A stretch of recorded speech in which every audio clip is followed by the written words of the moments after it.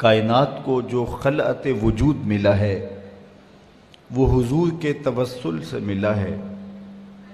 اگر وہ جلوہ گر نہ ہوتے، وہ تشریف فرما نہ ہوتے تو کائنات مارز وجود میں نہ آتی۔ محمد نہ ہوتے تو اے بندہ پرور خدا خود ہی ہوتا، خدائی نہ ہوتی۔ بزم کونین کی ساری رنگینیاں اور بزم عالم کی ساری بو قلمونیاں حضور کے ذکر سے ہیں، ان کے تذکرائے نور سے ہیں۔ اور اگر ان کا تذکرہ، ان کا ذکر اور ان کے تذکار کی مہک عالم میں نہ ہو تو سارا عالم پھیکا دکھائی دے۔ بلکہ میں تو یوں کہتا ہوں کہ ہمیں خدا تک جو رسائی نصیب ہوئی، خدا کی معرفت کا نور نصیب ہوا، وہ بھی حضور علیہ السلام کی تفعیل سے ہے۔ وگرنہ ایک ایسی ذات کو ماننا اور یقین بھی اتنا پختہ کہ ہمیں اپنے ہونے کا اتنا یقین نہیں ہے جتنا ذات باری کے ہونے کا یقین ہے۔ اور بالخصوص ماہ صیام میں یہ منظر دیکھنے کو ملتا ہے کہ سخت گرمی ہے، زباں کانٹا بن گئی، ہونٹ خشک ہیں، حلق خشک ہے۔ سخت گرمی کے باوجود دروازہ مکفل اور ٹھنڈا پانی بھی دستیاب، اور ہم ایک لقمہ بھی اور ایک قطرہ پانی کا بھی حلق سے نیچے نہیں اتارتے، اس لیے کہ ہمارا رب ہمیں دیکھ رہا ہے۔ یہ یقین ہمیں بند کمرے میں بھی میسر ہونے کے باوجود ٹھنڈا مشروب حلق سے اتارنے سے روک دیتا ہے۔ یہ اس کی ذات پر یقین ہے۔ یہ یقین کیسے پیدا ہوا؟ یہ تیقن کیسے ملا؟ ایک ایسی ذات پر جس کو دیکھا نہیں، جس کو چھوا نہیں، جس سے کبھی ہم کلام نہیں ہوئے، جس کو سوچنے بیٹھ جائیں تو مرغ عقل تھک کے گر جائے، جو وہم خیال ادراک کی حدود سے ورا ہے۔ اکبر الہ آبادی نے کہا تھا، تو دل میں تو آتا ہے سمجھ میں نہیں آتا، میں جان گیا بس تیری پہچان یہی ہے۔ تو سوچا نہیں جا سکتا، ناپا نہیں جا سکتا، تولا نہیں جا سکتا، دیکھا نہیں جا سکتا۔ لا تدرکہ الابصار، تمہاری آنکھوں میں طاقت کہاں کہ اس کے جلووں کی تاب لا سکو۔ تو جس کو دیکھا نہیں جا سکا، جس کو سوچا نہیں جا سکتا، جس کو سمجھا نہیں جا سکتا، صرف مانا جا سکتا ہے، اور وہ مانا حضور کے کہنے پہ۔ ایسی ذات کو کہ جو فہم و ادراک کی حدود سے ورا ہے، اور یہ وہ انسان مان رہا ہے جو محسوسات کا عادی تھا۔ اقبال نے کہا، خو گرے پیک کرے محسوس تھی انسان کی نظر، بن دیکھے خدا کو پھر کوئی مانتا کیوں کر۔ یہ انسان کی نظر تھی کہ وہ محسوسات کی عادی تھی، وہ دیکھ کر ماننے کا مزاج رکھتی تھی، اور ایک ایسے خدا کو منوایا گیا جو دیکھا ہی نہیں جا سکتا، جو عقل و فہم کی حدود سے بڑا ہے، جو شنوائی نہیں دیتا، جو سنائی نہیں دیتا، جس کو چھوا نہیں جاتا، حواس خمسہ جس کا ادراک نہیں کر سکتے، عقل کی پہنچ سے وہ بالا ہے، اس پر اتنا پختہ یقین کہ اپنے ہونے کا اتنا یقین نہیں جس کا اس کے ہونے کا یقین ہے۔ تو یہ یقین پیدا کہاں سے ہوا؟ یہ پیدا یقین ہوا تو محمد عربی کی چوکھٹ سے نصیب، فیض پہنچا ہے رضا احمد پاک کا، ورنہ ہم کیا جانتے خدا کون ہے۔ تو خدا تک ہمیں رسائی جو نصیب ہوئی، یہ حضور کی چوکھٹ سے نصیب ہوئی۔ حضور کی شہادت سے ہم نے اس پاکیزہ وجود کو مانا۔ اللہ کے محبوب علیہ السلام ایک دن کہیں جا رہے تھے تو سوا نامی ایک شخص کے پاس ایک گھوڑا تھا، حضور کو پسند آ گیا، تو اسے کہا کہ یہ گھوڑا بیچتے ہو؟ اس نے کہا جی بیچتا ہوں، کتنے کا سودا طے ہو گیا؟ فرمایا میں تاجرانہ غرض سے تو نہیں یہاں آیا تھا، اچانک تمہارا گھوڑا مجھے پسند آ گیا تو میں نے خرید لیا، تم رکو میں اس کی قیمت لے کے آتا ہوں۔ حضور گھر گئے تو واپس آنے سے پہلے کسی نے اس کو رکے ہوئے دیکھا تو کہا یہاں ٹھہرے ہو؟ کہا مسلمانوں کے نبی سے اس گھوڑے کا سودا کیا، وہ قیمت لینے گئے۔ کتنے کا سودا؟ اس نے بتایا۔ اس نے کہا مجھ سے زائد پیسے لے لو۔ اس نے کہا میں تو ان سے سودا کر چکا ہوں۔ کہا جب تم نے سودا کیا تھا اس وقت کوئی موقع کا گواہ ہے؟ کہا کوئی نہیں تھا۔ تو کہا مکر جانا، زیادہ پیسوں کے لالچ میں آ گیا۔ اتنے میں حضور تشریف لائے، حضور نے قیمت دینا چاہی تو اس نے کہا میں تو آپ سے سودا ہی کوئی نہیں کیا۔ حضور کہیں کہ تیرا میرا بھی سودا ہوا، وہ صاف مکر گیا، میرا تو آپ کا کوئی سودا ہی نہیں ہوا۔ اسی تکرار میں لوگ جمع ہو گئے۔ جب لوگوں کا ہجوم بنا تو سوا نے سوچا کہ صادق بھی یہ ہیں، امین بھی یہی ہیں، لوگ انہیں ہی سچا کہیں گے، مجھے جھوٹا کہیں گے۔ میرا تو خیال تھا انکار کروں گا تو گزر جاؤں گا اور مہنگے داموں بیچ لوں گا، تو یہ تو میں پھنس گیا۔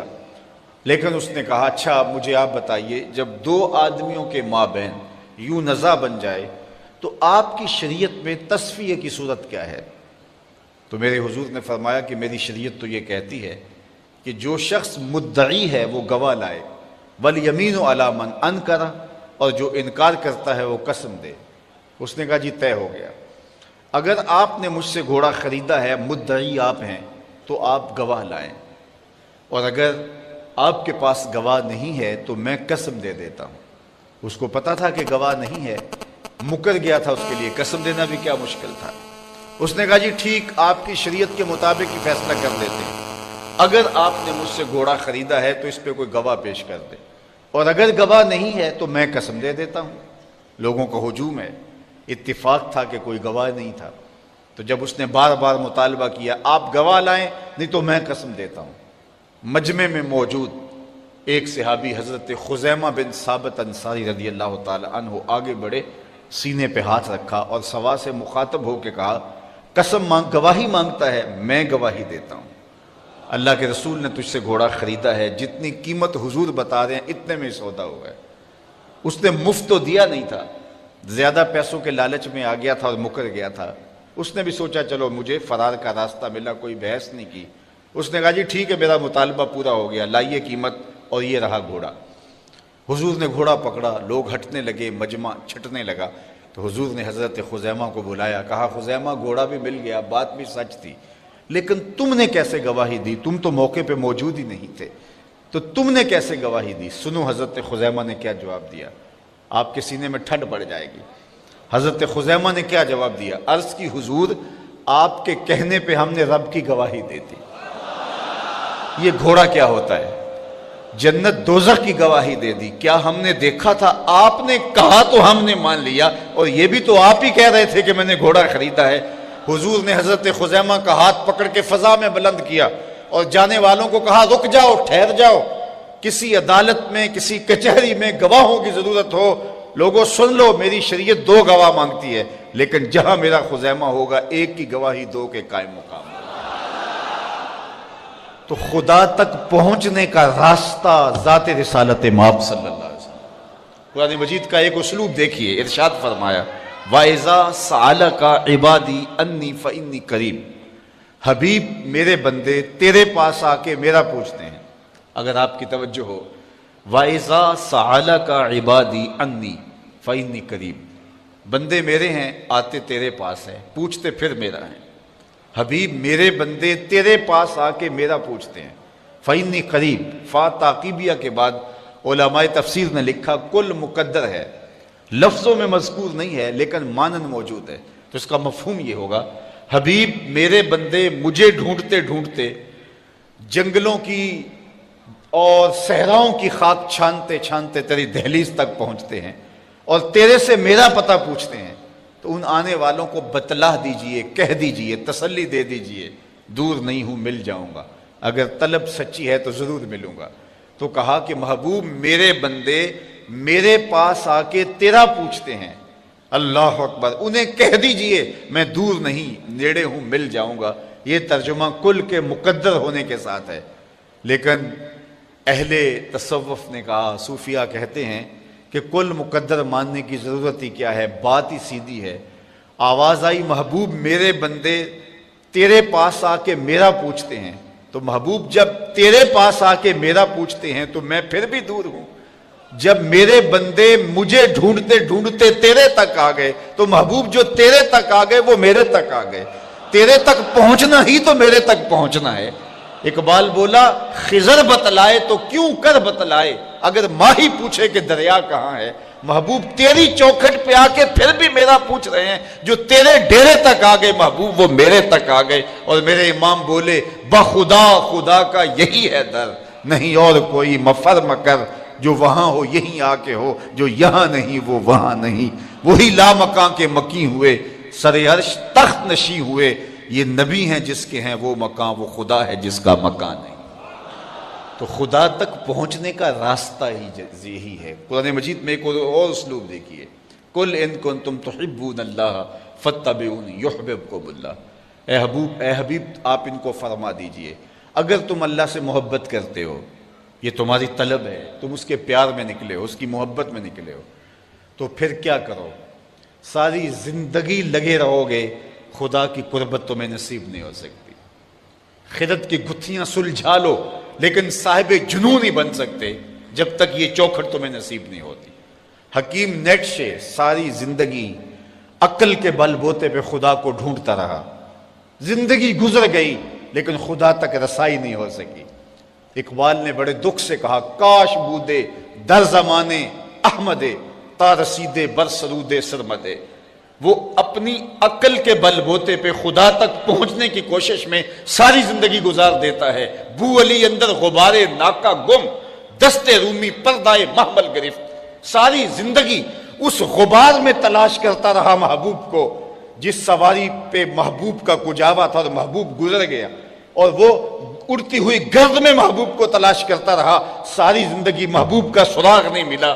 تو کہا محبوب ساری زندگی یہ تجھے ڈھونڈتے رہیں، انہیں منزل نہیں ملے گی۔ اقبال کہتا ہے کہ حکیم نیٹشے عقل کے بل بوتے پہ خدا تک پہنچنے کی کوشش میں لگا رہا، کہتے ہیں کاش ایک بار وہ شیخ احمد مجدد الف ثانی کو مل لیتا اور حضرت اس کو بازو سے پکڑ کے حضور کی چوکھٹ تک لے آتے، پھر خدا تک رسائی نصیب ہو جاتی۔ اس لیے کہ خدا تک پہنچنے کا راستہ ہی یہی ہے، کوئی اور دوسرا راستہ نہیں۔ تو اس آیت کریمہ میں ارشاد فرمایا اے محبوب فرما دو اے لوگو تم اللہ کی قربت چاہتے ہو، اس کی محبت چاہتے ہو، فاتبعونی تو میری اتباع کرو۔ حضرت داتا گنج بخش علی حجویری علیہ رحمہ کشف المعجوب کے اندر تصوف کی دو اصطلاحات کا ذکر کیا ہے۔ ایک اصطلاح کا نام ہے فرق اور دوسری اصطلاح کا نام ہے جمع۔ جس طرح جمع تفریق ہوتی ہے تصوف میں بھی یہ ان معنوں کے اندر جو مفہوم حضرت داتا صاحب بیان کرتے ہیں وہ یہ ہے۔ فرق کیا ہے؟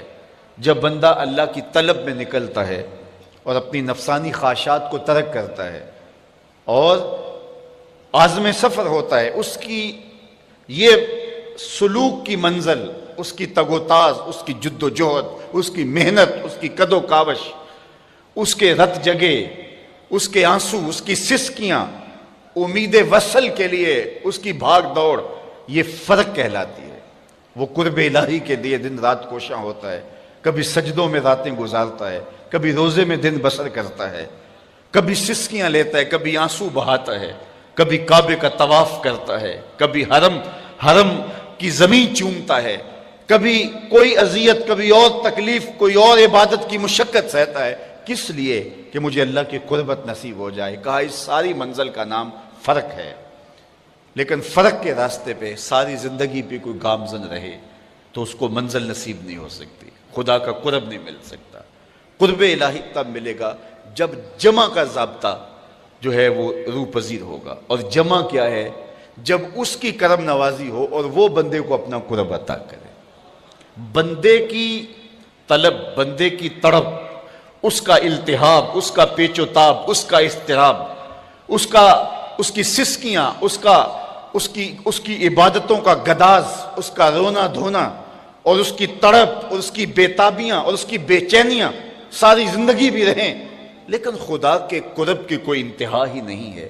ساری زندگی سفر کرتا رہے لیکن منزل اسے نصیب نہیں ہو سکتی، اس لیے کہ اس کی قربت کی کوئی انتہا ہی نہیں ہے.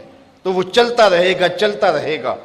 وہ کیا کسی نے کہا تھا کہ نہ سفر بشرط معال ہے، نہ طلب بقید سوال ہے، فقط ایک سیری ذوق کو میں بھٹک رہا ہوں کہاں کہاں. میرے دل کی یہ خلوتیں کئی بار سج کے اجڑ گئیں، مجھے بارہا یہ گما ہوا تم آ رہے ہو کشاں کشاں. تو بندہ تڑپ، بے چینی اور اضطراب کا اظہار کرتا ہے لیکن منزل نصیب نہیں ہو سکتی. اس کو ایک سادہ مثال سے سمجھانا چاہوں گا. بہلول کا نام آپ نے سنا ہے، مشہور مجاذیب میں ہے، اور یہ وہ لوگ ہوتے ہیں کہ تجلیات کے وفور سے جن کا شیشہ عقل ٹوٹ جاتا ہے، اور دنیا انہیں پاگل کہتی ہے، دیوانہ کہتی ہے، لیکن سادی کہتے ہیں سادیا نزدیک رائے عاشقاں خلق مجنو نندو مجنو عاقل است. لوگ کہتے ہیں یہ پاگل ہیں، لیکن حقیقت میں عقل والے یہی ہیں جو یار تک پہنچنے کا راستہ ڈھونڈ چکے ہیں، جو ہر وقت اس کے جلووں میں مبہوت رہتے ہیں. اصل تو عقل ان کے پاس ہے، شعور تو ان کے پاس ہے. بہرحال بہلول دجلہ کے کنارے گھومتا اور عجیب و غریب اس کی بظاہر حرکات تھی. ہارون الرشید ایک دن اپنے محل کی چھت پہ ٹہل رہا تھا. اس نے دیکھا کہ نیچے بہلول گزر رہا ہے. اس کے دل میں خیال آیا تو اس نے خادمین سے کہا کہ جلدی بہلول کو میرے تک پہنچاؤ. تو جو مامور تھے خدمت پر، انہوں نے اوپر سے نیچے کمند پھینکی، نیچے والوں کو اشارہ دیا، انہوں نے بہلول کو پکڑ کے ڈولی میں رکھا، اوپر والوں نے کھینچ لیا. 2 لمحوں کے بعد بہلول بادشاہ کے سامنے تھا. بادشاہ نے بہلول سے پوچھا مجھے ایک بات تو بتاؤ، تم خدا تک کیسے پہنچے ہو؟ مجھے یہ بات بتاؤ تم خدا تک کیسے پہنچے ہو؟ تو بہلول نے 2 لفظی جواب دیا. کہا بادشاہ جیسے آپ تک پہنچا.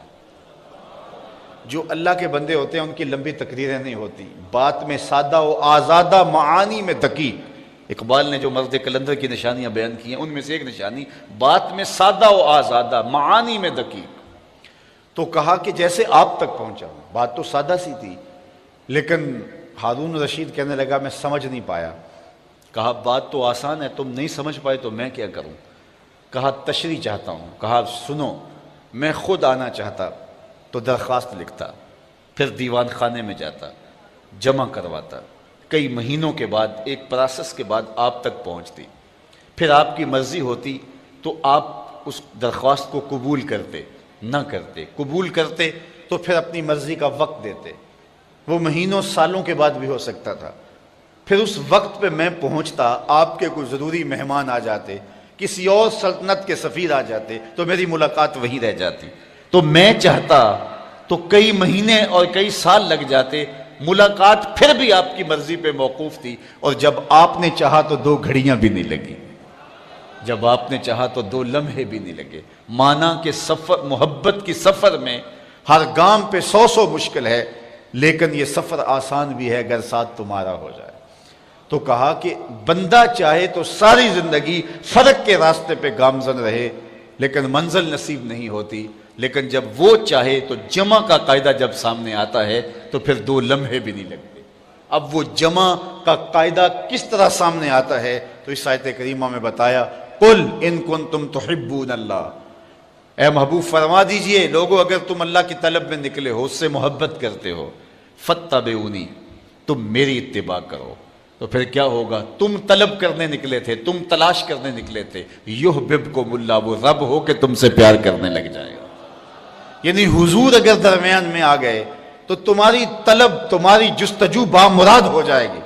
نکلے تم تھے محب بن کے، تم اس کی قربت کے لیے کوشاں ہوئے تھے، تمہاری آرزو یہ تھی کہ ہم اس کا قرب پالے. لیکن جب تم نے حضور کو محبت اور حضور کو پیار اور حضور کو الفت کے رنگ کے اندر مانا اور حضور کی اطاعت اور فرما برداری کو تم نے شعار زندگی بنا لیا، تم طلب کرنے نکلے تھے، اس کی رحمتیں تمہیں تلاش کریں گی، وہ تمہیں رحمتوں سے نوازے گا اگر تم حضور علیہ السلام کی اتباع اور حضور کی محبت کرو. اس لیے خدا تک پہنچنے کا ایک ہی راستہ ہے اور وہ حضور کے قدموں تک پہنچنا ہے. اقبال کے سارے کلام کا رس نچوڑیں تو خلاصہ یہ نکلتا ہے کی محمد سے، خلاصہ یہ نکلتا ہے بمصطفیٰ برساں خیش را کے دی ہما اوست، اگر بہو نہ رسیدی تمام بولا بیست. اقبال کہتے ہیں اپنے آپ کو کھینچ کے حضور کے قدموں تک لے جا، سارا دین اسی کا نام ہے، اور اگر تو حضور تک نہیں پہنچا تو کلمہ پڑھ کے بھی ابو لہب کا ابو لہب ہی رہا ہے۔ اس لیے اگر میں اور آپ چاہتے ہیں کہ ہمیں خدا کی قربت نصیب ہو تو ہمیں حضور کی راہوں تک پہنچنا ہوگا، حضور کے طریقے کو اختیار کرنا ہوگا، ان کے طرز زندگی کو اختیار کرنا ہوگا۔ ہم دعوی محبت رکھتے ہیں اور ہم اپنے دعوی محبت میں سچے ہیں، لیکن ہم نے یہ دیکھنا ہے کہ ابھی ہماری محبت کہیں ناپختہ تو نہیں ہے، چونکہ محبت محب کے لیے یہ بات لازم کر دیتی ہے کہ وہ محبوب کی اطاعت کو شعار زندگی بنا لے۔ محبوب نے جو حکم دیا ہو اس کو ماننا تو جان لڑا کر بھی ضروری ہوتا ہے۔ محب تو محبوب کی صرف منشا کو دیکھتا ہے کہ محبوب کی منشا کیا ہے۔ محبوب کا حکم وہ تو حکم ہوتا ہے، محبوب نے کہہ دیا تو پھر اپنی خواہش کیا رہ جاتی ہے؟ تیرے ہندیاں سندیاں محبوبہ میں کافر ہوا جے میں ہوا۔ جب محبوب نے کہہ دیا تو پھر تو کوئی بات ہی نہ رہی۔ اصل جو محب ہوتا ہے وہ محبوب کے حکم کا انتظار نہیں کرتا، محبوب کی منشا دیکھتا ہے کہ محبوب کی منشا کیا ہے۔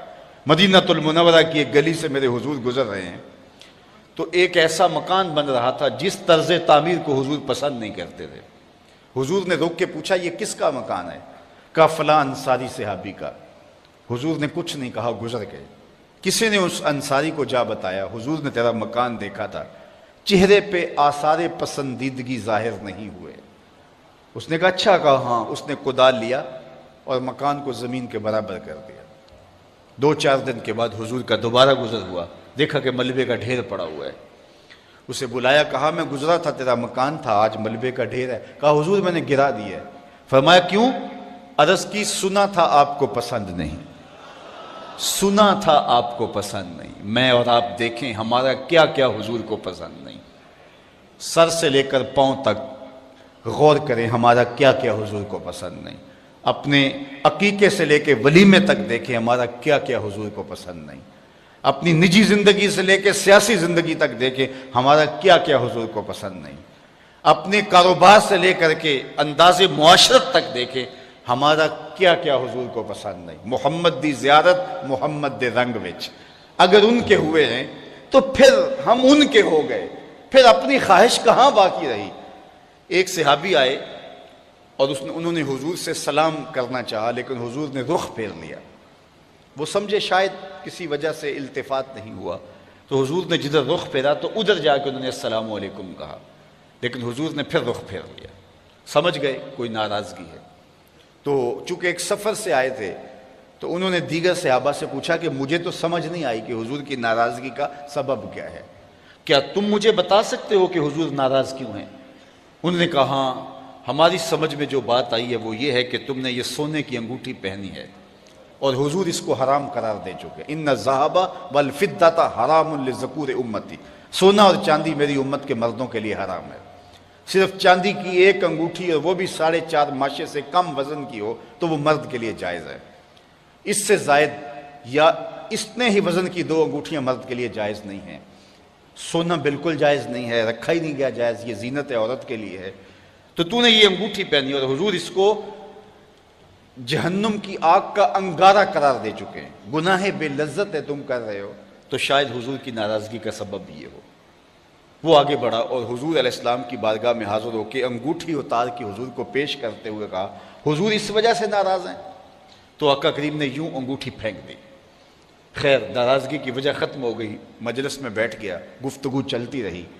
جب مجلس اختتام کو پہنچی لوگ واپس پلٹے اور وہ بھی واپس جانے لگا تو کسی نے اشارہ دیا وہ سونے کی انگوٹھی تو اٹھا لو، تم تو نہیں پہن سکتے، تمہاری بیوی تو پہن سکتی ہے، قیمتی دھات ہے۔ تو اس صحابی نے کیا جواب دیا وہ سنیے۔ اس نے کہا واللہ لا آخذہ وقد طرحہ رسول اللہ صلی اللہ علیہ وآلہ وسلم، اللہ کی قسم میں اس کو کبھی بھی نہیں اٹھاؤں گا جس کو میرے حضور نے پھینک دیا ہے، جس کو میرے حضور نے پھینک دیا میں اس کو کبھی نہیں، سونا ہے، ہیرا ہے، چاندی ہے، پکھراج ہے، موتی ہے، کچھ بھی ہے، میں اسے ہاتھ بھی نہیں لگاؤں گا جس کو میرے حضور نے پھینک دیا ہے۔ صاحبو دیکھو کس کس چیز کو میرے حضور نے پھینکا ہے، اور ہم اگر اس چیز کو سینے سے لگاتے ہیں تو ہم عاشق رسول نہیں ہو سکتے، ہم خود فریبی میں مبتلا ہیں۔ اگر ہم عاشق ہیں، عاشق ہونا آسان نہیں ہے۔ ہمارے بزرگ جھوم کے شعر پڑھا کرتے تھے، عاشق عاشق ہر کوئی آکھے پر عاشق بندا مر کے، ایسے عاشق نہیں ہو جاتا۔ عاشق عاشق ہر کوئی آکھے پر عاشق بندا مر کے، زہر پیالہ کوئی نہیں پیندا پر عاشق پیندا پر کے۔ تو جب آپ عاشق ہیں تو پھر آپ کا عشق محبوب کی اطاعت کی چوکھٹ پہ آپ کو کیوں نہیں لے کر کے آتا؟ میں اور آپ اپنے آپ کو دیکھیں، اپنے طرز زندگی کو دیکھیں۔ میرے استاد فرمایا کرتے تھے یہ نہ ہو کہ لوگ تمہیں پوچھیں تم کون ہوتے ہو اور تمہیں بتانا پڑے جناب ہم مسلمان ہوتے ہیں، یہ دیکھو مذہب کے خانے میں اسلام لکھا ہے۔ آپ فرمایا کرتے تھے صاحب نہ کسی کو پوچھنا پڑے نہ تجھے بتانا پڑے، تیری وضاحت طرز زندگی انداز معاشرت ایسا ہونا چاہیے تم دور سے آ رہے ہو لوگ پہچان کے کہیں وہ دیکھو آقا کا غلام آ رہا ہے۔ نور آنکھوں میں تو چہروں پہ اجالے ہوں گے، مصطفیٰ والوں کے انداز نرالے ہوں گے، دنیا میں بھی ان کے دم سے مقدر چمکا، محشر میں بھی ان کی رحمت کے حوالے ہوں گے۔ تو اگر ان کے ہوئے ہیں تو پھر سر سے لے کر پاؤں تک انہی کے ہو جائیں۔ ہمارا طرز زندگی بتائے ہم نوکر حضور کے ہیں، ہمارا انداز معاشرت بتائے ہم نوکر حضور کے ہیں۔ ربیع الاول کا موسم آ رہا ہے، اپنے گھروں میں ضرور جھنڈیاں لگانا، لیکن صرف جھنڈیاں تمہارے گھروں میں نہ لگیں، دل کے ایک ایک پرت پہ نام محمد کی جھنڈی ضرور لگانا۔ صرف منڈیروں پہ چراغاں نہ کرنا، بلکہ تمہارے دل کی گلیوں میں حضور کے نام کا چراغاں ہونا چاہیے۔ میں نے دیکھا جلوس کے دن ربیع الاول کی 12 تاریخ سے پہلے لوگ اپنے گھروں کو اور اپنی گلیوں اور بازاروں کو صاف کر رہے ہوتے ہیں، کوڑا بھی اٹھا کے پھینک رہے ہوتے ہیں کہ جناب یہاں سے میلاد کا جلوس گزرنا ہے۔ بہت مبارک ہے اور بہت اچھا کام ہے کہ تم نے گلیوں کا گند صاف کر دیا اور کوڑا اٹھا کے پھینک دیا۔ صاحب ایک جھاڑو لے کے دل کی نگری میں بھی آؤ، بہت سارے کوڑے یہاں بھی پڑے ہوئے ہیں، بہت سارے ڈھیر نفرتوں کے، حسد کے، کینے کے، بغض کے یہاں بھی پڑے ہیں، اور آؤ کوئی جھاڑو لے کے ادھر بھی آؤ اور اس دل نگر کی بھی صفائی کرو اور اندر سے بھی اور باہر سے بھی حضور کا میلاد مناؤ۔ میرے شیخ فرماتے ہیں یاری لا تو پاک نبی سنگ، اے پر پوری یاری پھر درود قبول ہے تیرا لکھ نہ لو ایک باری۔ پھر تم ایک بار ہی پڑھو گے تو وہ لاکھ سے زیادہ وزنی ہوگا، جب تمہارا اندر بھی درود پڑھ رہا ہوگا تمہارا باہر بھی درود پڑھ رہا ہوگا۔ آئیے اس موسم رحمت میں اپنے آپ کو بدلنے کی کوشش کیجئے۔ حضور کی رحمتیں چھما چھم برستی ہیں، دلوں کے آنگن محبت رسول سے آباد ہوتے ہیں۔ محبت اپنے تمام تر آداب کی رعایت کے ساتھ ہمارے وجود سے ظاہر ہو، ہمارا طرز زندگی حضور کی محبت اور حضور کے پیار کا رنگ دکھائے، اور ہم دور سے دکھائی دے کہ ہم عاشق رسول ہوتے ہیں، ہم غلام رسول ہوتے ہیں۔ اور اگر ہم اپنی خواہش کی زندگی بسر کرتے ہیں اور دعویٰ عشق رسول کرتے ہیں تو پھر ہمیں بہت زیادہ سوچنا چاہیے۔ اقبال نے کہا تھا چوں بنا میں مصطفیٰ خانم درود، از خجالت آب می گردد وجود، عشق می گوید کہ محکوم غیر، سینہ تو از بتا مانند دیر، تا نداری از محمد رنگ و بو، از زبان خود میالہ نام او۔ کہا اگر ظاہر باطن میں ان کے رنگ میں اپنے آپ کو رنگ نہیں لیتا تو اپنی زبان سے ان کے نام کو میلہ نہ کرنا، ان کے ذکر کی مہک سے اپنے مشام ہستی کو معطر کرو، اپنی روحوں کو سیراب کرو، پھر تم جدھر سے گزرتے جاؤ گے وہ مہک پھیلتی چلی جائے گی، وہ خوشبو پھیلتی چلی جائے گی۔ حضور علیہ السلام کی سیرت اور حضور کے کردار کی جھلک جب ہمارے وجود میں اترتی ہے تو ہماری زبان بولے نہ بولے ہمارا وجود ہی تبلیغ کا منبع بن جاتا ہے۔ میرے شیخ حضرت شاہ نقشبند بخاری علیہ رحمہ فرماتے ہیں، کتنی پتے کی بات کی، فرماتے جس شخص کی خاموشی تبلیغ نہیں کرتی، خاموشی اثر انداز نہیں ہوتی، اس کی گفتگو بھی اثر انداز نہیں ہوتی۔ تو میں اور آپ اپنی خاموشی کو مؤثر بنائیں، اپنے کردار کو مؤثر بنائیں۔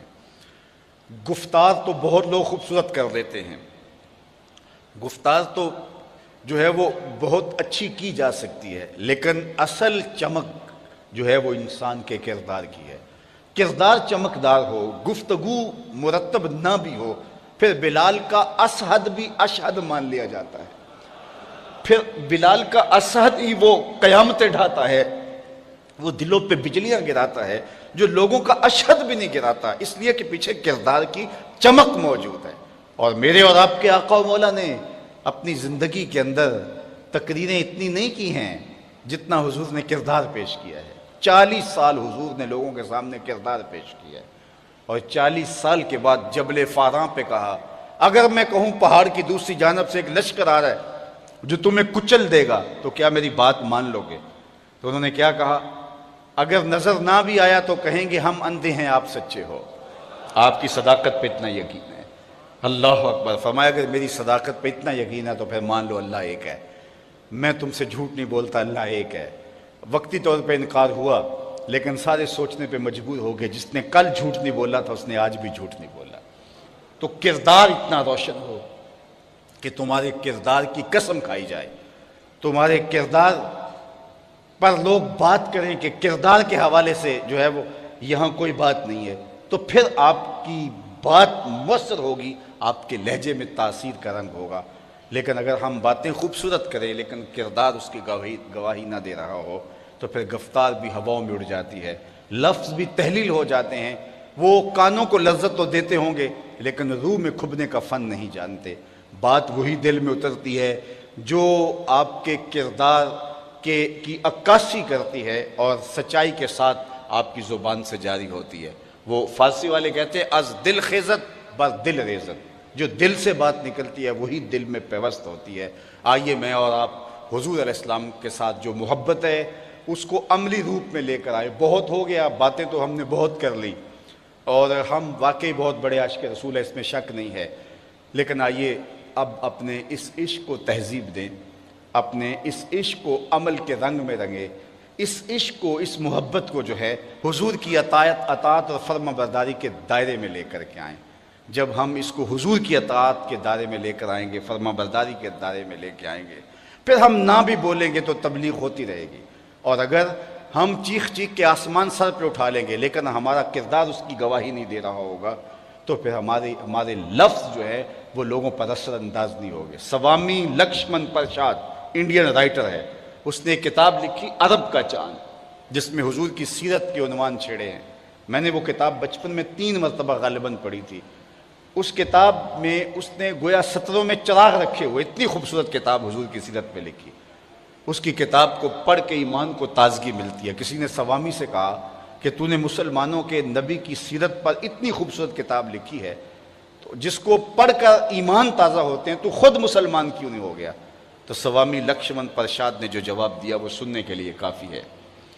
اس نے کہا تھا جب میں مسلمانوں کے نبی کی سیرت لکھنے کے لیے امہات کتب سید کا مطالعہ کیا تو یہ جذبہ میرے دل میں بھی جاگا کہ جس کی سیرت کے گوشے اتنے روشن ہیں، میں اس نبی کا غلام کیوں نہیں بن جاتا؟ لیکن جب دور موجود کے مسلمانوں کو دیکھتا ہوں تو میں کہتا ہوں میں ہندو ہی ٹھیک ہوں۔ ہمارا کردار لوگوں کے ایمان کے راستے میں رکاوٹ ہے، اور ہمارے بزرگوں کا کردار لوگوں کے ایمان لانے کا سبب و ذریعہ بنتا تھا۔ امام محمد بن حسن الشیبانی کا جنازہ اٹھتا ہے اور لوگ ذوق و شوق سے کندھا دیتے ہیں، تو کچھ عیسائی اور یہودی وہ بھی سوچتے ہیں مسلمانوں کا امام ہے، چلو جنازے کی چارپائی کو ہم بھی کندھا دے کے آخری رسومات میں شامل ہو جاتے ہیں، اور جو بھی آگے بڑھتا ہے اور اس کا کندھا امام کے جنازے کی چارپائی کو چھوتا ہے، لبوں پہ کلمہ جاری ہو جاتا ہے۔ ہمارے بزرگوں کی لاشیں بھی کلمہ دیتی تھی اور ہماری زندہ لاشیں لوگوں کے ایمان کے اندر رکاوٹ بنی ہوئی۔ امام محمد بن حسن الشیبانی جب آپ آئے بصرے امام اعظم علیہ رحمہ سے تکمیل علوم کرنے کے بعد، تو ایک عیسائی یا یہودی مناظر منتظر تھا کہ مسلمانوں کا امام آ تو لے، ایسے سوال کروں گا کہ وہ جواب نہیں دے پائے گا۔